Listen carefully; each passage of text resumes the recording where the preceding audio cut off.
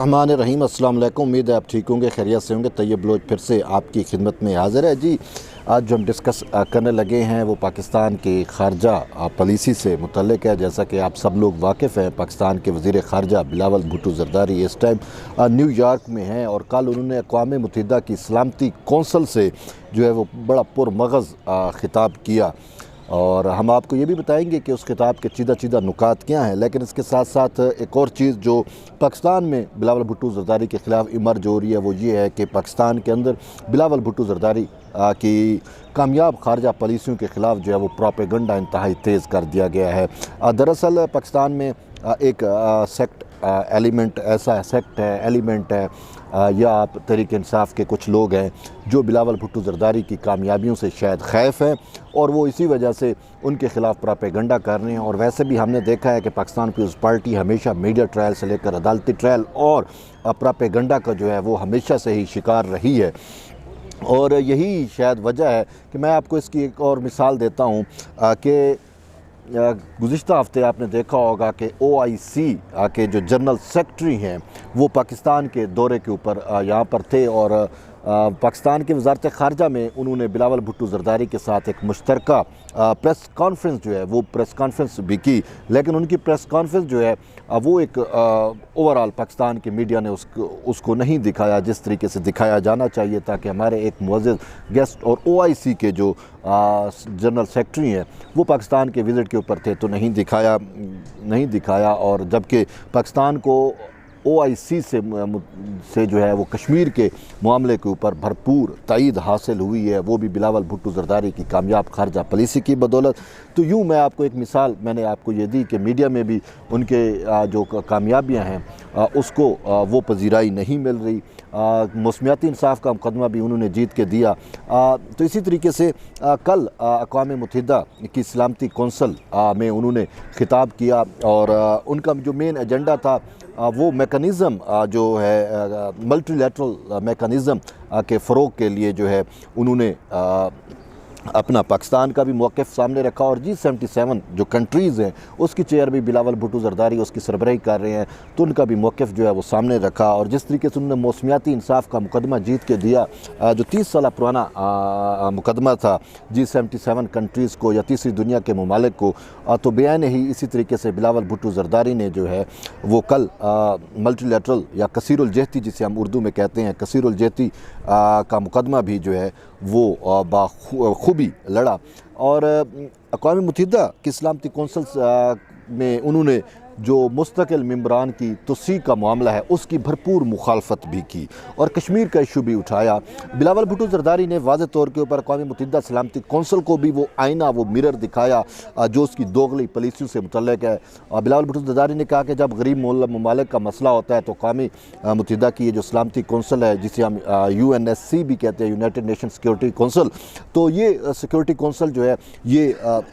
फ़ौरन एक्टिव हो जाती है। लेकिन जब आलमी ताकतों का मामला आता है तो वहाँ पे ये मुकम्मल तौर पे मफलूज हो जाती है। और इसके साथ साथ उन्होंने कहा कि इस वक्त ज़रूरत इस चीज़ की है कि नए मेंबर नहीं बनाने चाहिए। अगर नए मेंबर बनते हैं तो उससे तज़ाद जो है वो ज़्यादा जन्म लेगा और नए मेंबर साफ ज़ाहिर है कि वही पावरफुल कंट्रीज़ नहीं बनने हैं और जिसमें ख़ासकर इंडिया जो है वो परतोल रहा है। और इंडिया ने अपने तौर पे बहुत ज़्यादा लॉबिंग भी कर रखी है कि किसी तरीके से उसको अक़वाम मुत्तहिदा की सलामती कौंसल की परमानेंट सीट जो है वो मिल जाए और पाकिस्तान उसकी भरपूर मुखालफत कर रहा है। और कल भी बिलावल भुट्टो ज़रदारी ने कहा कि किस तरीके से अक़वाम मुत्तहिदा की सलामती कौंसल जो है वो एक ऐसे मुल्क को जो ख़ुद अक़वाम मुत्तहिदा की कश्मीर से मुतल्लिक़ करारदादों पे इम्प्लीमेंट नहीं करता, अमल दरामद नहीं करता, मुतअद्दिद करारदादें अक़वाम मुत्तहिदा की जो है इवन के सलामती कौंसल की जो करारदादें हैं वो पेंडिंग पड़ी हैं और उन पर अमल दरामद में ख़ुद इंडिया मुखालिफ है। तो उसने कहा कि एक ऐसा मुल्क जो अक़वाम मुत्तहिदा को अहमियत नहीं देता, अक़वाम मुत्तहिदा की करारदादों को जो है वो अहमियत नहीं देता, उन पे इम्प्लीमेंटेशन नहीं करता,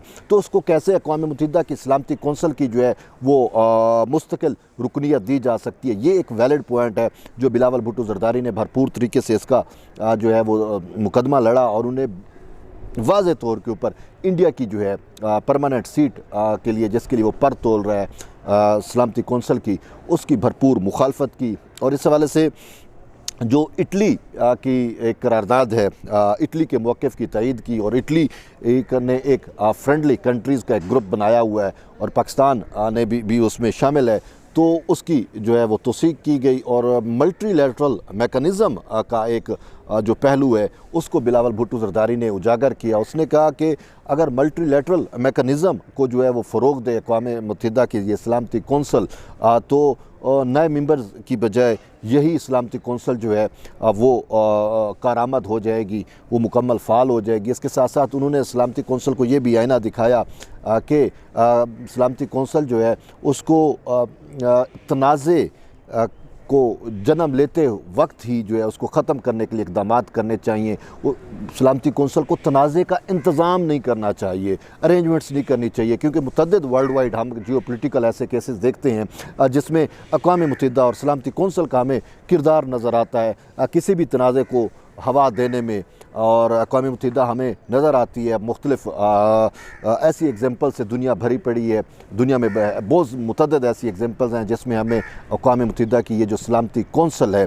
उसका किरदार जो है न सिर्फ मशकूक बल्कि किसी भी तनाज़े को हवा देने के साथ साथ उस तनाज़े को क्रिएट करने में हमें इसका किरदार नज़र आता है। आप देख ले सीरिया का इशू हो, यूक्रेन का इशू हो, उसमें दोगलापन हमें साफ नज़र आता है। देखें, अब यूक्रेन के इशू की मैं आपको एक रिसेंटली एग्जांपल दे रहा हूँ। रिसेंटली एग्जांपल क्या है कि यूक्रेन को पूरी वर्ल्ड और ख़ासकर मगरबी ममालिक जो है बेतहा असला दे रहे हैं, और अक़वाम मुत्तहिदा को जुरत नहीं है कि उन ममालिक को जो है वो रोक सके कि वो यूक्रेन को वेपन्स ना दें। लेकिन ईरान ने जो है वो ड्रोन्स दिए हैं रशिया को, तो अक़वाम मुत्तहिदा की सलामती कौंसल जो है उसने तहफ़्फ़ुज़ात का इजहार कर दिया। और इवन के UN जनरल सेक्रेटरी का मैं स्टेटमेंट सुन रहा था कि अक़वाम मुत्तहिदा जो है वो इस हवाले से इस मामले को जो है वो प्रोब करेगी कि ईरान ने जो है वो क्यों कर ड्रोन्स जो हैं वो रूस को दिए हैं। अब बात यह है कि अगर अमेरिका, कनाडा, जर्मनी ये ममालिक जो हैं यूक्रेन को वेपन्स दें और कीमियाई वेपन्स दें और ऐसे जो तबाही फैलाने वाले वेपन्स हों, तो वहाँ पे सलामती कौंसल खामोश हो जाती है। और अगर ईरान जो है वो ड्रोन्स दे देता है तो सलामती कौंसल जो है वो एक्टिव हो जाती है। ये वो दोगलापन है जिसकी बिलावल भुट्टो ज़रदारी ने जो है निशानदेही की। उन्होंने कहा कि अक़वाम मुत्तहिदा को जो है वो बिला तफरीक गैर जो है बग़ैर किसी इम्तियाज़ के जो है वो कार्रवाई करनी चाहिए, और जो कोई तनाज़ा जन्म ले रहा होता है उसी तनाज़े को उसी वक्त ही जो है ख़त्म किया जाना चाहिए। ये नहीं कि तनाज़ात को जो है वो मज़ीद हवा देनी चाहिए। तो यूँ इसके अलावा जो बिलावल भुट्टो ज़रदारी ने जो है वो कश्मीर का जो मुकदमा है वो भी भरपूर तरीके से लड़ा। उन्होंने कहा कि कई कश्मीर की करारदादें जो हैं वो यहाँ पे पेंडिंग है, और एक ऐसा मेंबर मुल्क जो ख़ुद उन करारदादों के ऊपर इम्प्लीमेंट नहीं कर रहा, तो वो किस तरीके से जो है वो अक़वाम मुत्तहिदा की सलामती कौंसल की जो है वो मुस्तकिल मेंबरशिप का ख़ां हो सकता है। तो यूँ ये जो बिलावल भुट्टो ज़रदारी का मुकदमा है मल्टीलैटरलिज़म का, इसको G77 के साथ साथ दुनिया के बाकी भी ममालिक की जो है वो पजीराई भी मिली और उसको तक़वियत भी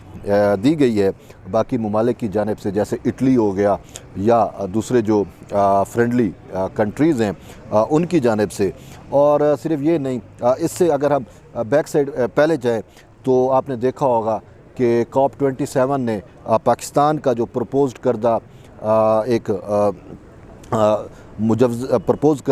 प्रपोज़ल जो थी ख़ासकर मौसमियाती जस्टिस से मुतल्लिक या माहौलियाती जस्टिस से मुतल्लिक, उसको अडाप्ट किया था और एक फ़ंड जो है डैमेज फ़ंड जो है फ्लड या मौसमियाती जो बिगाड़ होता है उससे मुतल्लिक एक फ़ंड अप्रूव किया था। और ये दरअसल मुकदमा जो है वो 30 साल पुराना मुकदमा है तीसरी दुनिया के ममालिक का, क्योंकि माहौलियाती बिगाड़ जो है वो आलमी ताकतों की वजह से होता है। आलमी ताकतें जो हैं अपने नाजायज़ या अपनी मुनाफे की हिर्स में माहौल से बिगाड़ पैदा करती हैं और उसका खमियाजा पाकिस्तान और इस जैसे जो गरीब ममालिक हैं उनको भुगतना पड़ता है। तो बिलावल भुट्टो ने वाज़ेह तौर के ऊपर कहा था कि हमें जो है वो माहौलियाती इंसाफ दिया जाए, और इवन कि उन्होंने जर्मनी में एक इंटरव्यू देते हुए ये कहा था कि हम अगरचे मगरब के कर्ज़दार मकरूज़ हैं, हमने लेकिन मगरब हमारा मौसमियाती बिगाड़ से मुतल्लिक हमारा मकरूज़ है। तो यूँ उन्होंने जो 30 साल पुराना एक मुकदमा था तीसरी दुनिया का, जिसमें 30 साल से ये अटैम्प्ट्स हो रही थी कि मौसमियाती बिगाड़ के नतीजे में होने वाली तबाहियों का अजाला जो है वो आलमी ताकतें करें, तो वो मुकदमा भी बिलावल भुट्टो ज़रदारी ने जीत के दिया। बाकी चीज़ें मैं आपको बता चुका हूँ। तो ये एक बेहतरीन यानी कि मैं आपको एट दी एंड एक अलमुख्सर ये कि बिलावल भुट्टो ज़रदारी सिर्फ पाकिस्तान के ही बेहतरीन वज़ीर ख़ारजा नहीं हैं, बल्कि उन्होंने अपनी दानिशमंदी, अपनी हिकमत अमली से साबित किया कि वो तीसरी दुनिया के ममालिक या G77 कंट्रीज़ के लिए भी जो है कि भी बेहतरीन वज़ीर ख़ारजा बनकर उभरे हैं। और इस चीज़ों के बरक्स पाकिस्तान में जब हम देखते हैं तो पाकिस्तान में फ़ेक न्यूज़ चलाई गई। बिलावल भुट्टो ज़रदारी के ख़िलाफ़ कहा गया जी बिलावल भुट्टो ज़रदारी जो है उनके बैरूनी ममालिक के अखराजात पे, बैरूनी ममालिक के दौरों के ऊपर 2 अरब रुपया, कोई कहता है 1 करोड़ रुपया, मतलब यूँ प्रोपेगेंडा जो है वो किया जा रहा है इस वजह से कि ख़र्च हो गए हैं। वो एक अलीम आदिल शेख ने कोई बयान दिया एयरवाई के ऊपर, तो वो ख़बर बन गई और PTI ने इसको भरपूर जो है वो उठा रहे हैं। दरअसल PTI को क्यों बिलावल भुट्टो ज़रदारी से तकलीफ़ है वो आप समझ सकते हैं। आपको भी पता है कि इंडिया की फ़ंडिंग जो है वो कितनी कारगर है और तहरीक इंसाफ के ऊपर तो ये साबित भी हो चुकी है। तो अब जब बिलावल भुट्टो ज़रदारी ने मुखालफत की अक़वाम मुत्तहिदा में इंडिया की परमानेंट सीट के लिए, तो शायद इतना इंडिया को मरोड़ नहीं उठे जितने मरोड़ जो है वो ख़ुद PTI को उठ रहे हैं। और PTI शायद वो फंडिंग हलाल कर रही है, इसी वजह से उनके ख़िलाफ़ प्रोपेगेंडे को बहुत तेज़ किया गया, एक्सलरेट किया गया। तो उस प्रोपेगेंडे के काउंटर के लिए हम सबको जो है वो मिलकर कोशिशें करनी चाहिए, ख़ासकर जो पाकिस्तान के लिए, जो हमारे मुल्क और कौम के लिए अच्छा इक़दाम कर रहा है, हमें उसे सराहना चाहिए। बहरहाल एट दी एंड यही है कि आपकी फ़ीडबैक का इंतज़ार रहेगा और आप अपनी फ़ीडबैक से ज़रूर आगाह करें। और फिर मिलते हैं एक नई वीडियो में, तब तक के लिए इजाज़त दें। अल्लाह हाफ़िज़।